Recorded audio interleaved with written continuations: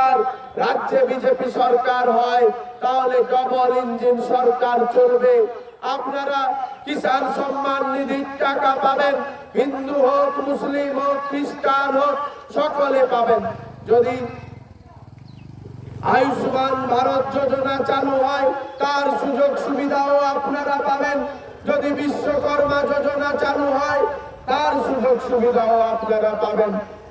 ভারতীয় জনতা পার্টি প্রতিশ্রুতি দিয়েছে, ভারতীয় জনতা পার্টি সরকার যদি পশ্চিমবঙ্গে গঠন হয়, তাহলে অন্নপূর্ণা যোজনার মধ্য দিয়ে ৩,০০০ টাকা করে পশ্চিমবঙ্গের মহিলারা পাবেন।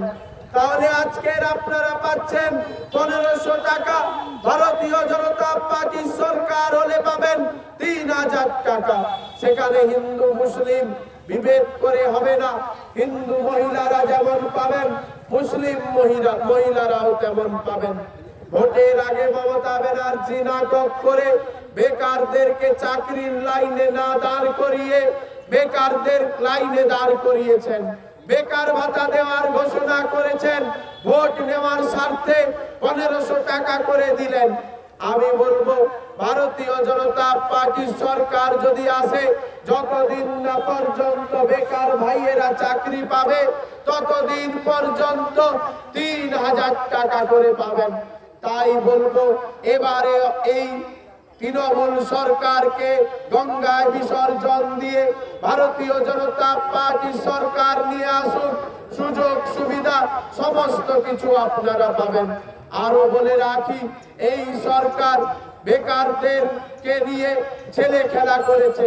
আপনার বাড়ির ছেলে মেয়েরা, সেটা শুধুমাত্র হিন্দু বাড়ির ছেলে নয়, মুসলিম বাড়ির ছেলেরাও বেকারত্বের জ্বালায় কাজের সন্ধানে গুজরাট, মহারাষ্ট্র, উড়িষ্যা যাচ্ছে।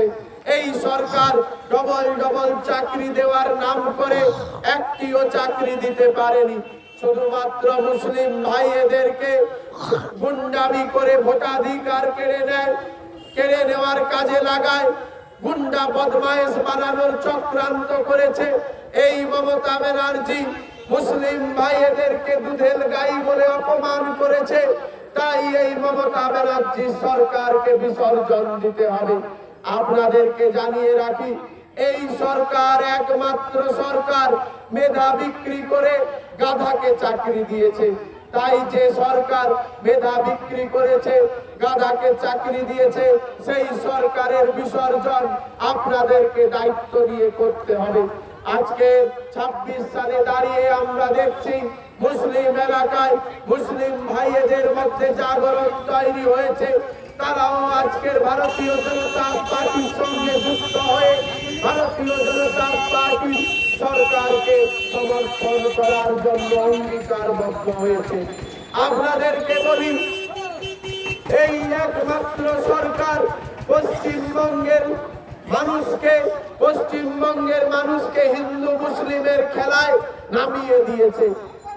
মুর্শিদাবাদে দাঙ্গা লাগিয়ে হরগোবিন্দ দাস পুত্র চন্দন দাসকে খুন করেছে।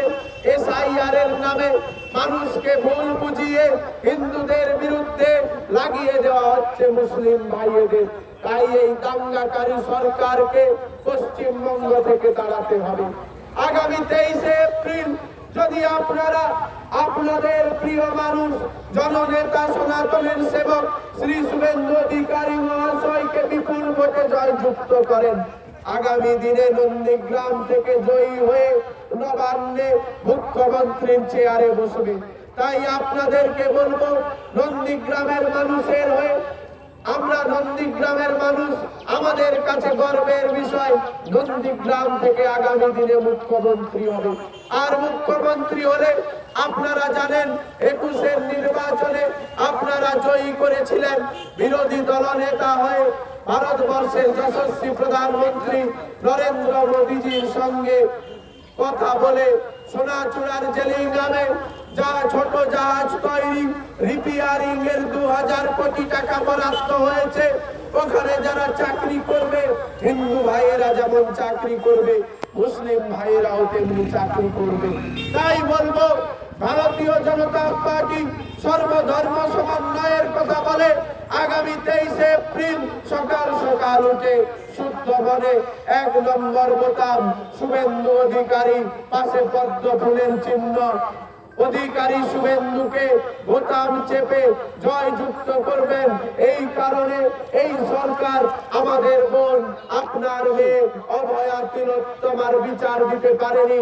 এই সরকার পশ্চিমবঙ্গের দিকে দিকে নারী নির্যাতনে হাত পাকিয়েছে।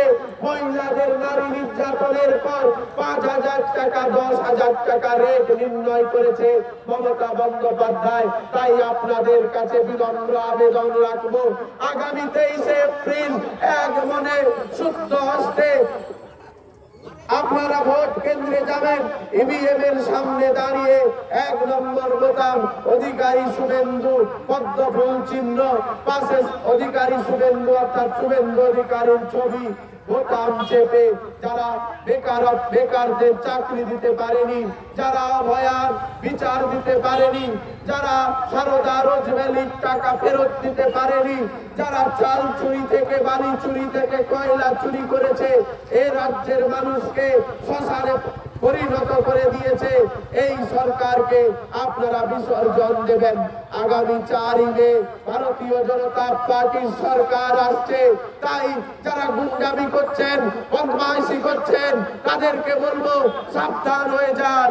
আর রাজি বাড়ি ছাড়া আর গণেশ জেলে আগামী দিনে গুন্ডামি করবেন, জেলে আপনাদের ঠাঁই হবে। তাই ভদ্র ভাষায় বলছি, সাবধান হন, সাবধান হন, সাবধান হন। 4 মে ভারতীয় জনতা পার্টির সরকার গঠন হচ্ছে। আর সারা পশ্চিমবঙ্গ জুড়ে মানুষ শ্বাস নেবে। দীর্ঘ 15 বছরের অত্যাচার বিলীন হবে। তাই সকলকে বলবো, আগামী 23 এপ্রিল দিনটিকে আপনারা স্মরণ করে দিন। বাঙালির পুনর্জীবন পাবে বাঙালি। তাই আগামী 23 এপ্রিল আমাদের প্রিয় বিধায়ক শুভেন্দু অধিকারীকে বিপুল ভোটে জয়যুক্ত করবেন, এই আশা রেখে আপনাদের সকলকে শ্রদ্ধা প্রণাম জানিয়ে আমি আমার বক্তব্য শেষ করলাম। ভারত মাতা কি জয়।